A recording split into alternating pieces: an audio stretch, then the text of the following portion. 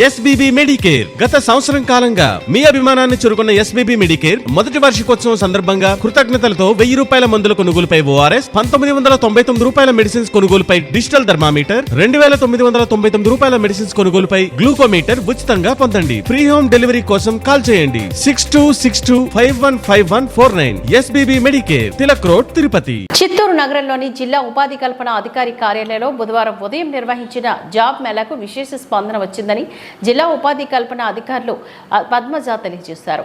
ప్రముఖ అమర్ రాజా, హెచ్డిఎఫ్సిసిఏ తదితర కంపెనీలో ఖాళీగా ఉన్న వివిధ పోస్టులకు జాబ్ మేళా నిర్వహించామని చెప్పారు.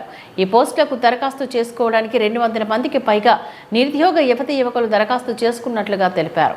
వారి దరఖాస్తులను అర్హతను పరిశీలించి తగిన పోస్టుకు ఎంపిక చేస్తున్నట్లుగా వెల్లడించారు. ప్రతి నెల జిల్లా ఉపాధి కల్పన కార్యాలయంలో జాబ్ మేళా నిర్వహిస్తామని, నిరుద్యోగ యువకులు చేసుకోవాలని కోరారు. ట్రైనింగ్ సెంటర్స్ కావచ్చు, కంపెనీస్ కావచ్చు, హెచ్ఆర్ కావచ్చు, అందరికీ ఉంటున్నాము. ఇంత పెద్ద ఎత్తున నిరుద్యోగ యువతకు ఉద్యోగ అవకాశాలు కల్పించిన ఉద్దేశంతో ఈ చిత్తూరు పట్టణంలో మన ఎంప్లాయ్మెంట్ ఆఫీసర్లో ఈ రోజు ఏదేమైనా రాష్ట్ర చరిత్రలో ఎక్కడా కూడా కానీ నిరుద్యోగ యువత ఉండకూడదు. వాళ్ళకి ఏదో విధంగా శిక్షణ, ఉద్యోగ అవకాశాలు కావచ్చు, కంపెనీస్ నుంచి వచ్చిన వాళ్ళు కావచ్చు, మీకు కల్పించే దిశగా మనకు అడుగులు వేసే తరుణంలో మనమందరూ కూడా సద్వినియోగం చేసుకోవాల్సిన అవసరం ఉందా లేదా? సో ప్రతి ఒక్కరికి ఒక ఉద్యోగం ఇవ్వడానికి హెచ్ఆర్స్ ఇక్కడ వచ్చినప్పుడు, మీకు ఉద్యోగం ఇస్తామని ఇక్కడ వచ్చినప్పుడు, మీరు జాబ్ సీకర్స్ అంతా అన్ఎంప్లాయిడ్ అంతా ఇక్కడ వచ్చినప్పుడు ఇచ్చే ఉద్యోగం చేయాలి కదా. ఖాళీ హత్య ఎవరు పోకూడదు కదా, ఖాళీ చేతులతో ఎవరు వెళ్ళకూడదు కదా. వాళ్ళు ఇచ్చినప్పుడు మీరు ఎందుకు చేయాలి? ఇక్కడ అటెండెన్స్ ఏమో 100 మెంబర్స్ ఉంటుంది. సార్ వచ్చి మీకు అంతా ఎక్స్ప్లెయిన్ చేసిన తర్వాత చేరే వాళ్ళ సంఖ్య తక్కువ ఉంటుంది. ఎందుకు?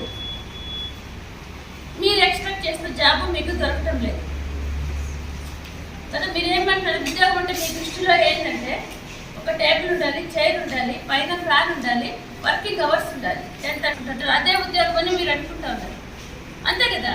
ఉద్యోగం అంటే అదే అని అనుకుంటున్నారు కాదు కదా.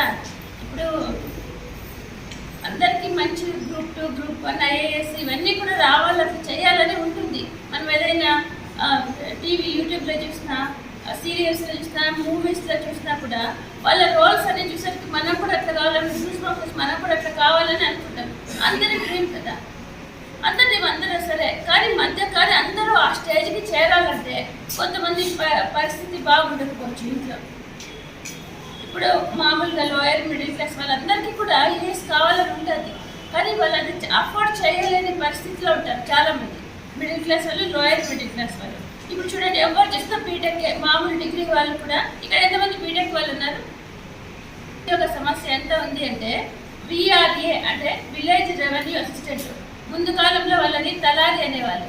తలకి ఇట్లా బాగా చుట్టుకొని, కర్ర పట్టుకొని ఎవరైనా ఆఫీసర్స్ వస్తే వాళ్ళకి అది అనే పోస్ట్కి అప్లై చేసే వాళ్ళు కూడా అందరూ బీటెక్లే ఉంటారు.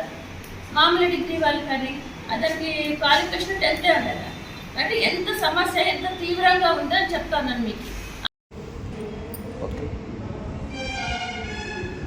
Good morning. నేను డిస్ట్రిక్ట్ ఎంప్లాయ్మెంట్ ఆఫీసర్ పద్మజాని. ఈరోజు ఎంప్లాయ్మెంట్ ఆఫీస్ నందు జాబ్ మేళా జరుగుతుంది. హెచ్డిఎఫ్సి బ్యాంకు, తర్వాత సిసిఏ ఎడ్యుకేషనల్ ఇన్స్టిట్యూషన్ అమర్ రాజా వాళ్ళకి జరుగుతుంది. దీంట్లో డిగ్రీ నుంచి, తర్వాత 10th క్లాస్ నుంచి డిగ్రీ వరకు చదువుకున్న వాళ్ళకి ఉద్యోగ అవకాశాలు ఉన్నాయి. వాళ్ళ పర్ఫార్మెన్స్ని బట్టి, వాళ్ళ క్వాలిఫికేషన్ బట్టి సెలెక్ట్ చేసుకోవడం జరుగుతుంది. ఇంటర్వ్యూలు జరుగుతూ ఉన్నాయి. ఎంప్లాయ్మెంట్ ఆఫీస్ నందు ప్రతి బుధవారం కూడా ఏదో ఒక కంపెనీ మమ్మల్ని అప్రోచ్ అవుతూ ఉంటుంది. ఉద్యోగం కావాలని జాబ్ సీకర్స్ అందరూ కూడా ఇక్కడ అటెండ్ అయ్యి ఏదో ఒక జాబ్ మేళాలో పార్టిసిపేట్ చేసి వాళ్ళకు పర్ఫార్మెన్స్ తగినట్టు ఉద్యోగం ఇక్కడ పొందాలి.